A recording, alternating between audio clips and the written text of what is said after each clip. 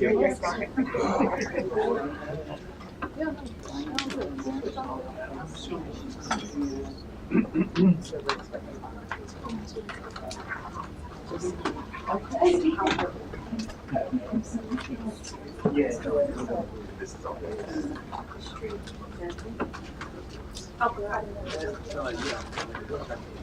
have this separate up on this kind of paper? No, somebody made that tree.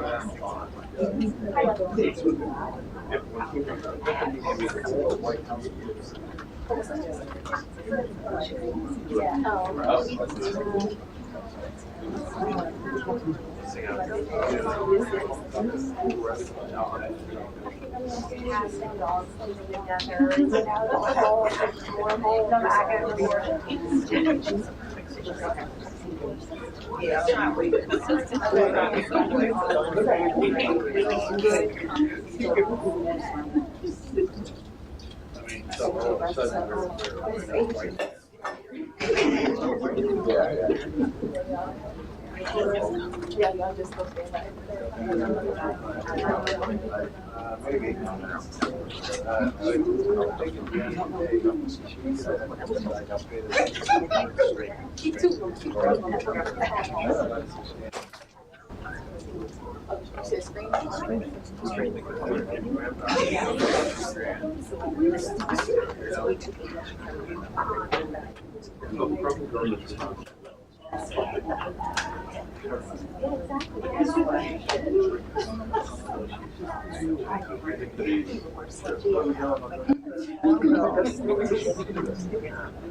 To get home.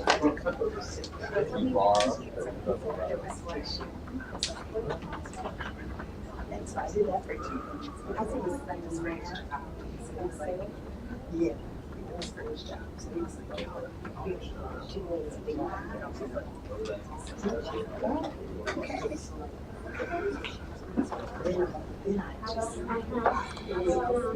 and you know, I mean, it's like I'm some that are that kind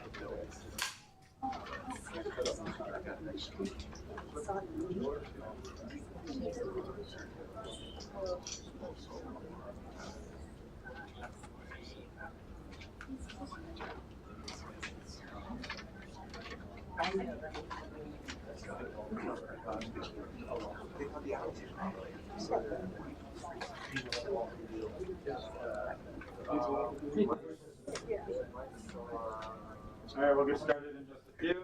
Is that a suited warning? No, it isn't. Hey, Dave. I'm not going to get I'm just not enough to yell at anybody.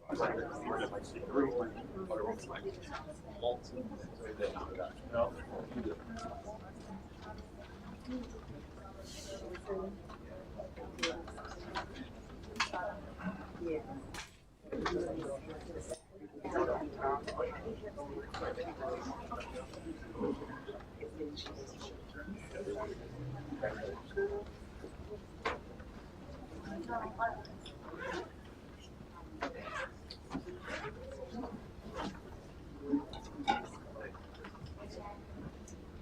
Yeah, but I can find it.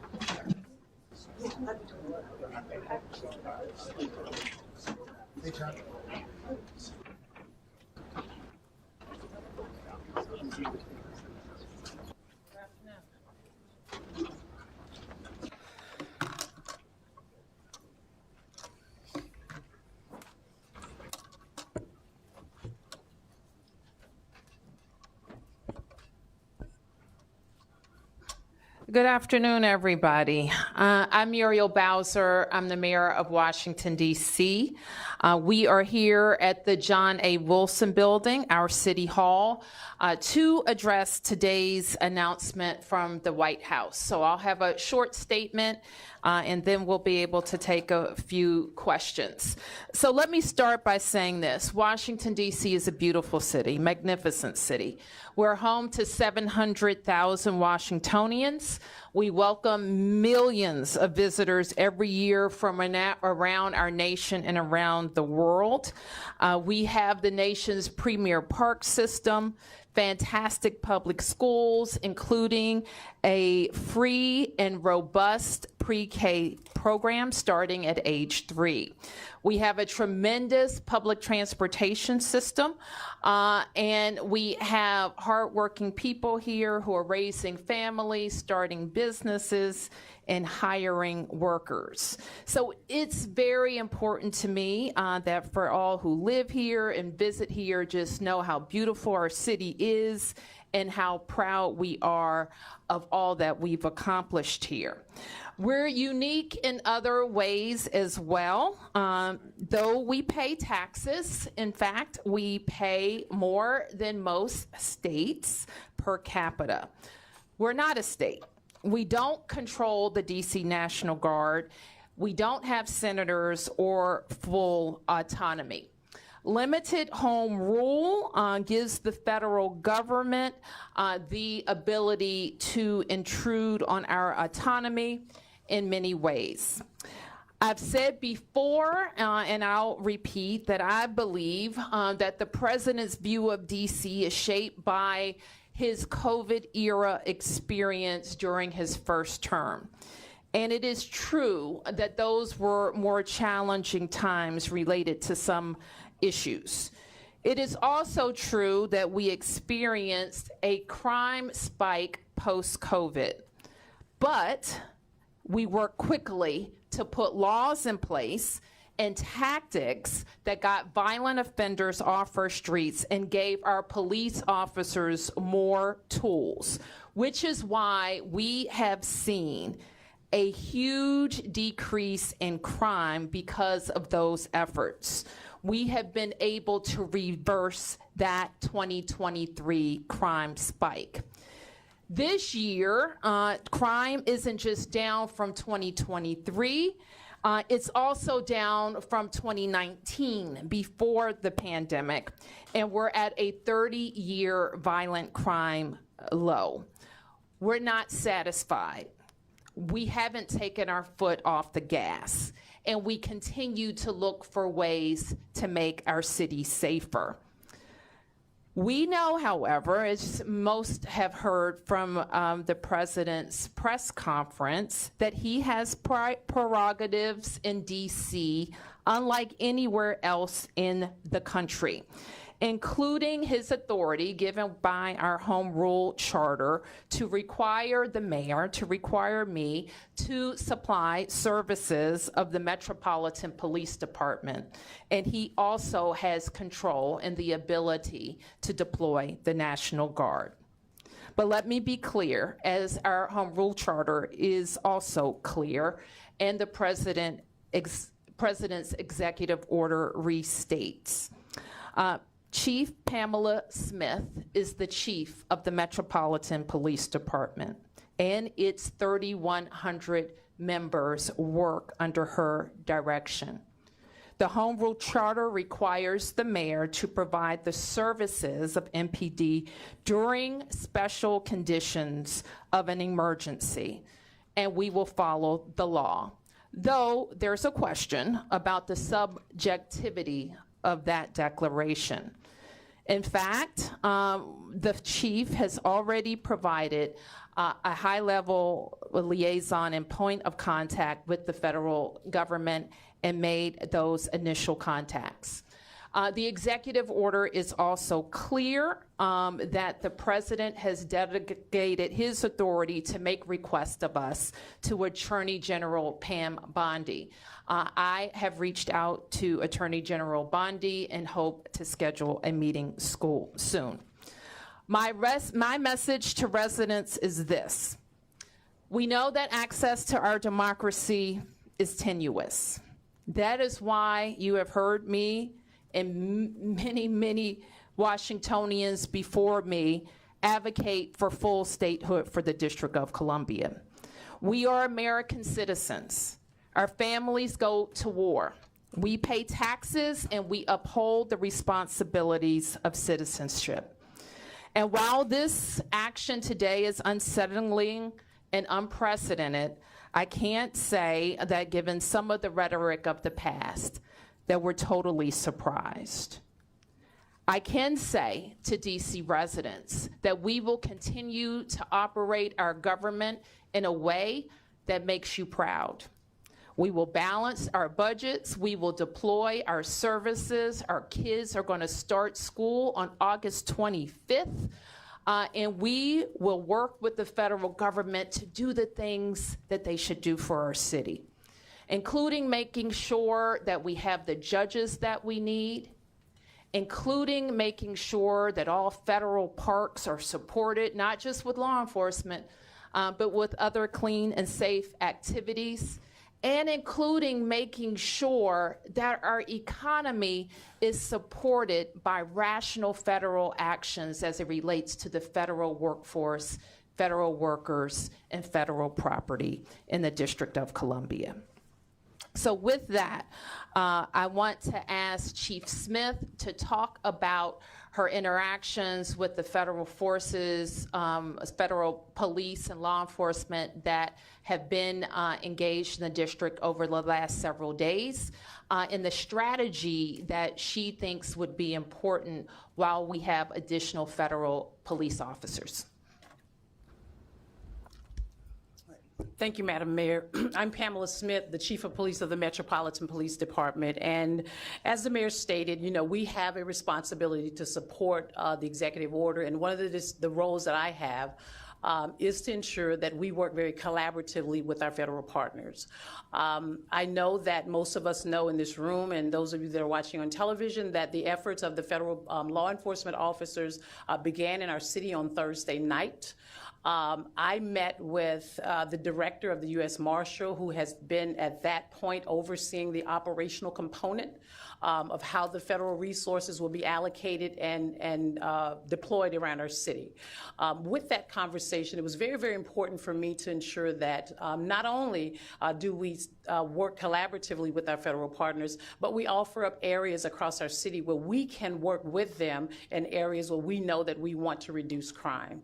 And so that was the effort on yesterday. We spent roughly about an hour just kind of planning and talking through what that's going to look like. On the heels of the announcement from the president today regarding the executive order, and my directive from the mayor is that we will begin more intense planning efforts after I leave this press conference. I've also met with one of the other liaisons that have been assigned to work with the U.S. Marshal, along with myself, regarding the efforts around the city for how we will allocate resources. What I will say is this: our relationship with our federal partners is not new. We do this on a daily basis. We are very, very, very much in tune to having federal law enforcement officers working with us on our Capital Area Regional Task Force. Our federal partners work with us, especially on some of our warrant executions. They work very, very closely with us with our Violent Crime Suppression Division, and it is my intent and my police department's intent to continue those efforts. What you will see is an enhanced presence. The second thing that's really important to me, and I'm speaking directly to our community, is that we have a relationship with our community that is very important to us, our community members. And so having our Metropolitan Police Department working alongside of our federal partners who have come into the city to really help us assess and deal with the crime, that some of the crime spikes that we have, we will work alongside them, but intentionally, we want to make sure that our community understands that we are there. We're going to be boots on the ground. If you see something, again, say something. We value those relationships. Our community members, and I want to say thank you for all the work that you've done with the Metropolitan Police Department up to this point. Those relationships are very, very important to us, and we want to continue to build upon that and continue to enhance that. I'll turn it back over to Mayor Bowser now. Okay, we'll take a few questions, and I'm joined by members of my public safety team, including Deputy Mayor Apia and Chief John Donnelly. Yes, please identify yourself. Mayor Bowser, Campbell Roberts from the New York Times. Do you think this was inevitable, or do you think there are things that the city could have done or the city council would to prevent the mistake from coming? This is, I don't know. I can't answer that question, and I think that's a question that you're familiar with the rhetoric about the city and how long it goes back. And we also know that we're not experiencing a spike in crime, but a decrease in crime. Yep. Mayor, Tom Sherwood, KBAB Radio. You and the chief are talking about partnerships with federal partners who are coming in. The president is talking about a takeover of the city's police department. Where does the chief fit in with Terry Cole, who's the new federal commissioner of the DC Police Department? Nothing about our organizational chart has changed, and nothing in the executive order would indicate otherwise. So the chief of police reports through the deputy mayor to the mayor of the District of Columbia, and the two people I think that were identified in the presser report to Attorney General Bondi. The executive order makes clear that all requests for MPD services, the president delegates to Attorney General Bondi. So Terry Cole? I don't recall the names. Yes. The Metropolitan Police Department? Where does he fit in that? That's a question for the Attorney General, I think. Yep. Mayor, to what extent are you planning to cooperate in this new framework, or is the city planning anything to prevent this from happening, including any legal efforts? Well, I think all legal, I think you probably saw the Attorney General for the district, Brian Schwab's a statement about reviewing all legal matters, and I think those matters are under review. The plain language, however, of the Home Rule Charter indicates that there is a declared emergency. It allows the president, it authorizes the president to make those requests. And it says the mayor shall comply with those requests. So, yeah. Marielle with DC News Now. Are there any concerns that, with this rhetoric that we have MPD, the National Guard, possible other law enforcement agencies on the ground, that there will be confusion about who's in charge, who these officers answer to, and how people should respond if approached by any of those people? Well, we should note, and we have been advised, and we will continue to make this clear that this is needed in our city, that all law enforcement be identifiable by a uniform, a badge, a jacket, so that people know that they are law enforcement. And the chief, in her coordination with the kind of the command on the federal side, will make clear kind of how the protocols for response. And if there's any additional information we need to get out to the public, we will. But the main point is this: everybody should follow the law, the police and the community. And that's the case now. It was the case last week, and it was the case the week before that. So nothing has changed about that. Yeah. Would you be able to respond to the statement that came out from the DC Police Union? They've come out recently saying that they stand with the president and that they have also said that crime is spiraling out of control. They're also calling for the president to go even further and repeal some of the legislation that DC Council passed in 2020. I'm afraid I haven't seen that statement yet, so I don't want to comment on it. We have, worked very closely with the DC Police Union. Some issues they've advanced, I've totally agreed with. Others I haven't. One thing that we are squarely supportive of is making sure that our department can recruit more officers and get to a number that I think we need. We've worked cooperatively with them on recruitment and retention activities, on some other changes to the law that were very objectionable to the union and our members, and we will continue to do that. Yeah. Peace and blessings, man. So, in what way, if any, does this change your strategy in terms of your relationship with the president? You've been pretty cooperative, pretty diplomatic, but he's saying one thing about crime, you're stating facts, and he's still infringing on your role as mayor. So, as far as your relationship and your strategy, are you what do you intend to do as far as, engaging with that? Well, we engage with all officials that impact the district, and that includes the president. So I don't expect that would change from our part. But as far as, now, if I may follow up. Sure.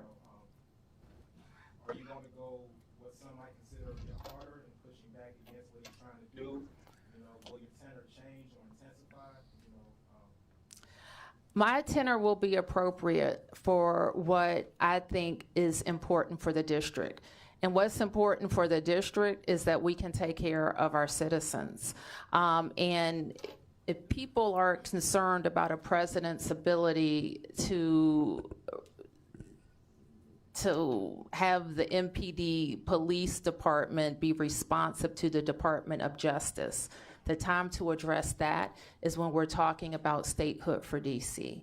If people are concerned about the president being able to move the National Guard into our city, the time to do that would have been when the Congress had a bill that it could have given control of the DC National Guard to DC. So there are things that when a city is not a state and not fully autonomous and doesn't have senators, that the federal government can do. Yeah. Yeah. Just to follow on his question, you at times in President Trump's first term were more confrontational with him, especially in 2020. You've tried to be more cooperative this time. Any second thoughts about that approach? And are you planning any sort of defiance, symbolic or whatever, in light of this? Well, I would refer you to the law. Home Rule Charter, he referred to it. I would refer you to the executive order. And so everything that we have said maintains my authority given by the Home Rule Charter. Yep. Josh Chapin, Channel 7. I just want to be clear also that this ramp up, this emergency we're talking about is a brief period. It's a 30-day period, am I right? The charter gives him the ability to do it for 30 days, yes. And, so that means cooperating with whatever he wants to do. Well, it means that we follow the law, and that the MPD follows the law as well as all of the federal officials who are here. It's also important and we will do this in our communications with them, understand what they're looking to see. So the fact that we have more law enforcement and presence in neighborhoods, that could not, that may be positive if people are if it's a positive action. That's what the executive order says. Yeah, Mark. A couple quick questions. One, do you know, will the National Guard be armed? I don't know. And then, what if the Attorney General directs the Chief of Police to redirect sources to do something that you and the Chief disagree with? For instance, redirect resources from east of the river to the federal enclave or something like that. Will you comply with, you say you're going to follow the law, you say you want to be cooperative. What if you get a directive from the White House or the Attorney General that you just steadfastly don't agree with and think it's the wrong move and would jeopardize public safety in other neighborhoods? Will you comply? I don't have any reason to think that at this point, Mark, so I don't want to speculate about that. The executive order, as is the Home Rule Charter, is pretty clear that the directives have to be, the requests have to be related to federal purposes. And then can I ask, the President threatened to use not just the National Guard, but the military, to bring the United States military, federal troops into the District of Columbia if needed. Can you respond to that threat? I mean, we're in uncharted waters already. A lot of people are seeing this as the first step in an assault on home rule, which the President has threatened. He's been making these threats since last year, and now he's carrying through with them. There's no reason to believe he won't go further. What do you say to the President about his threats to bring the military, not just the National Guard, but the military? We don't, and I think I speak for all Americans, we don't believe it's legal to use the American military against American citizens on American soil. I'm not a lawyer, and but I think that's a fairly widely held fact. And so, but we've seen them move, I think, active military into California. So it's a question. We've seen active military on the borders of D.C. some years ago, and we don't believe that our military should be used against American citizens. Yes? Mayor Bowser, can you talk a little bit about the communication that you did receive before this morning? Did you know what this announcement was going to be before today? And can you just talk about the communication writ large before today? And secondarily, what do you say to D.C. residents who wanted to hear more from you, specifically in the last 5 days, being forthright, speaking to press and media? Can you just talk D.C. residents know I'm forthright. That's not a question. D.C. residents know that, and this press corps should know I speak to you all the time. So you should know that as well. And your question was, when I did not know that the request of MPD would be made. I believed that they would announce that they were going to call up the National Guard. I had one brief phone call related to the National Guard issue over the weekend. Mayor, Yes. Can you identify yourself? Okay. Can you tell us what your main challenges are going to be with Chief Smith and the DC Police working with federal officials? And are you concerned that any federal official overseeing the DC Police Department is not going to know the city as well as Chief Smith and your officers? Chief Smith oversees the MPD. And all of the requests and coordination for the federal request. I don't really have a doubt that is going to, among those officials who are law enforcement officials who have experience working together, I don't have a big concern about that communication and coordination happening. Who hasn't? Yep. Hi, Emma Huber with the Washington Post. During the news conference this morning, President Trump spoke about how he wanted to empower DC police to hit back harder. Are you aware of any changes in the works to MPD's use of force policies? And does that kind of rhetoric, how do you feel about that kind of rhetoric? Our police officers are highly professional, well-trained officers that we support with training throughout their careers.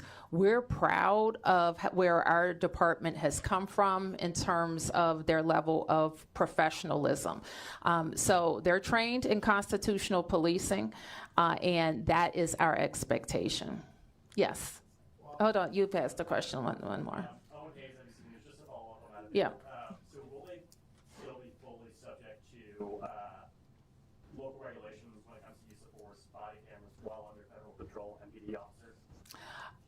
MPD reports to the chief of police, and they are subject to DC and local laws, as well as federal laws. And that will continue even under this plan? Yes. Yes. Emiliana with News Nation.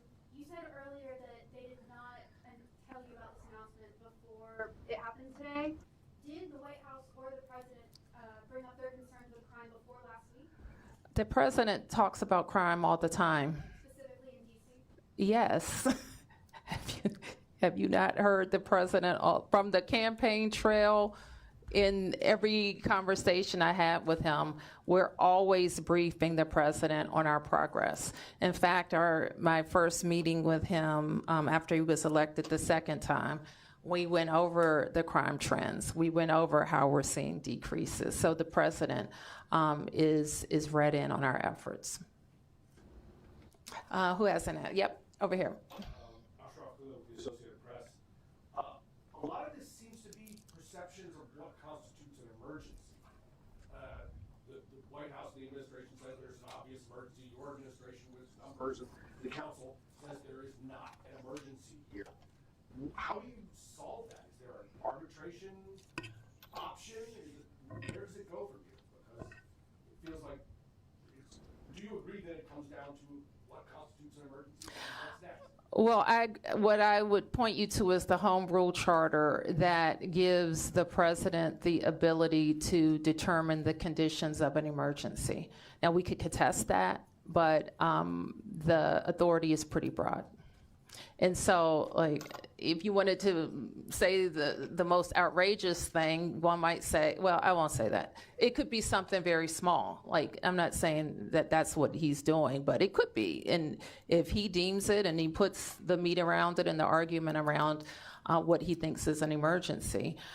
When we think of emergencies, it usually involves surges in crime or crime that's not being responsive, or tools that we have that we can't use in the normal course.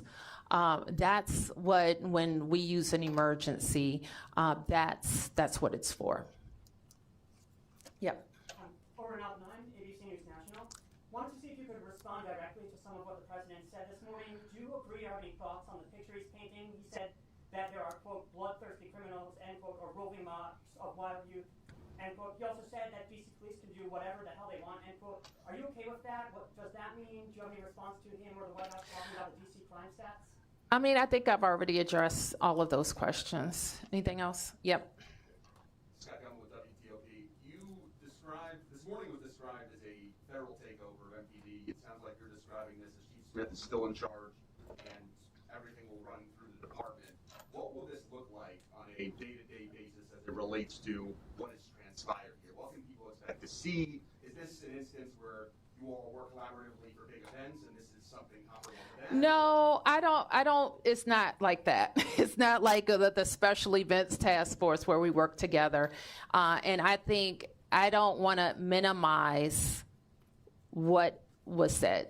And I don't want to minimize the intrusion on our autonomy because it is very different than working a special event. So that is not what we're trying to do.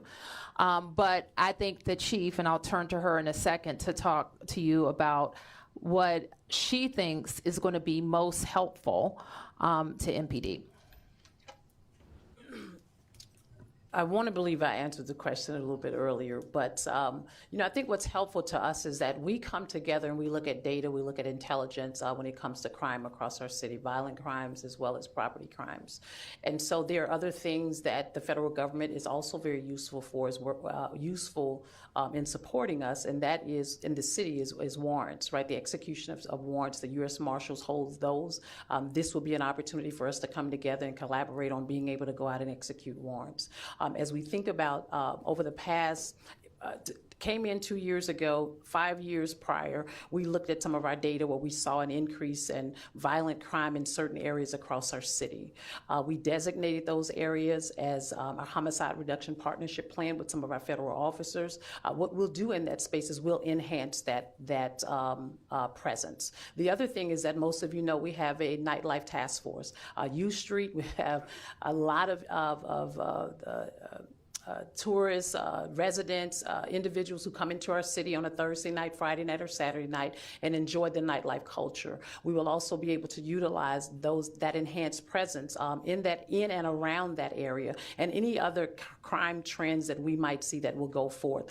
We have our drug-free zones where we also align our federal partners in those spaces as well as our juvenile curfew zones. May I just follow up quickly, Chief? So again, this morning it's being described as a federal takeover. You all are describing it as an opportunity to enhance the crime prevention strategies you have in place. To the community who's confused about the discrepancies, where does it fall? Well, I just articulated to you where it falls. And what I mean by that is that with respect to the 2 federal partners who will be working alongside me, the operations and the administrative liaison, we have a meeting scheduled for today right after this meeting, and we will be able to create an operational plan for our city that will continue to keep our city safe. Chief Smith, I just have one question. You just broke the rule. Maybe somebody else haven't asked the question already. Okay, is that it? Okay, all right. One question, because you Yes, sir. data a lot we've talked about, Mhm.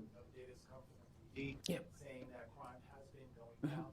However, this morning, Trump did cite a report where a sergeant was accused of messing with the crime numbers. So would you be able to respond to some of what Trump said directly this morning? Well, I cannot respond to any internal investigations, and I think, as you know, we do not talk about personnel actions with regards to our personnel. Sam. Two-part question. For me? Yes. Okay. And this is in regards to the youth. What is your professional assessment of how NPD has handled the so-called youth takeovers? And I guess the second part of my question might be more appropriate for the mayor, but Well, can I ask the first question, then you can ask the mayor the second question. I think when it comes to the juveniles, and I've said this, you know, I'm very passionate about young people who are going to do great things in our city, and we have a lot of young people who are moving in that trajectory and in that space. The problem is we have a small subset of young people who do not. And I've said to parents, you need to know where your children are. We've talked about this over and over again. The mayor has enacted an executive order so that I, as the chief, can designate juvenile curfew zones around our city so that we can still give young people the opportunity to be able to be in those spaces based on what the laws and the regulations state, but we won't allow the disruptive behavior. And we've seen that time and time again. We've looked at intelligence, we've looked at data. Sometimes we look at things that are on social media to help guide our decisions. We want young people to be safe in our city. We want them to be able to enjoy the activities of our city, but we're not going to tolerate that kind of criminal activity that we've seen in the past. The juvenile curfew zone that was enacted, we've seen a decrease in our juvenile participation in those locations. no doubt. And Madam Mayor, Yes. if I may, how effective would it be to federalize crimes that you commit? Because we keep hearing that from the U.S. Attorney for D.C., but how effective would that be as a crime prevention strategy? Well, I have had a pretty, we had a meeting with the U.S. Attorney for Janine Pirro last week, and she does have a lot of interest in juvenile crimes and how her office can be more engaged. What I committed to her then was having some conversations around the laws that she's concerned about with members of the council and seeing if there's any possibility of a omnibus to change that. With regard to who prosecutes or what crime she can prosecute, that's not a local law change. That would be a congressional change. So am I hearing you correctly in saying that you would embrace change in those 3 laws? I have a position on at least 2 or 3 of those I can refer you to. I would, because I'm going to get them mixed up in my head right now, but I will be happy to share that with you. Okay, I'll take a few more. Yep. Mary, along with those laws that Sam was just talking about earlier today, we also heard a focus on DC's bail system, being a cashless bail system. Was that part of your discussion? It's the first time I ever heard that come up in a situation with DC. DC has had a no cash, whatever you call it, cashless bail, I think since the mid-90s. So that's not anything new to our system. We do, and you know, that I was very, very focused in the last 2 years on having the council pass laws that would allow judges to hold violent offenders, those accused of a violent offense, pre-trial. And I believe that provision has led to our very substantial decrease in shootings and homicides. Yep. I wonder if you could specifically speak to some of the concerns that U.S. Attorney Kuros raised about her perception of lenient sentencing for youth charged with violent crimes. Do you think that's an issue? And as she suggested, potentially charging in some instances prosecuting youth as adults, is that a potential solution, or do you agree with that? Well, the U.S. Attorney has the ability to prosecute youth for some crimes as adults. And I think she's interested in expanding that and possibly lowering the age. What I committed to her to do is look at all of the what's allowable in the law now, the types of crimes, working with the council, and working on some changes. So do you agree with her, though, that has to be expanded, or do you think that is an unhelpful solution? I don't want to say right now, because that could mean a lot of things. We want to really analyze what we think would keep us safer, what the link to crime. I will say this, and this is, some of you are new to covering us and covering these issues, but I have been in my tenure of service very pro accountability. Okay, I am an accountability mayor. If you commit a crime in the district with a gun, there has to be accountability, and that's if you are an adult or if you are a juvenile. I don't think we always have that accountability. I think what was missing from the press conference a little bit earlier, however, is what people also don't know about the district. Our prosecutors are not local, okay? They don't get elected by anybody here. They don't report to any of us. They are appointed by the president. We've also had a period of time where some of the very good police arrests that have been made were not prosecuted by the U.S. Attorney's Office. So the prosecution is a federal element. Judges are appointed by the President of the United States as well. And so those are not local judges. They don't report to any of us. So that is a part of the federal system. So anytime we talk about crime in the district, it is part local and part federal that can make changes. All right, I'll take just a few more. Mark. Muriel Bowser, the president made numerous threats about removing homeless encampments and dealing with people in the district who are experiencing homelessness. Can you talk about what preparations that you're making, your administration is making to facilitate this and put this, have you had any of those conversations with the White House, what that's going to look like and where these people would go if they would be FD12 We really haven't gotten any more detail about the plan, about the words that he said. It wasn't referenced in the executive order that came down, so we're going to work. And I believe he had a previous executive order that also identified Attorney General Bondi as a point of contact as it relates to homelessness. And such. So we'll follow up with her. Okay, last two questions. Yes. I want to go back again to the Federal Commissioner of the Metropolitan Police Department. It sounds like the chief has described this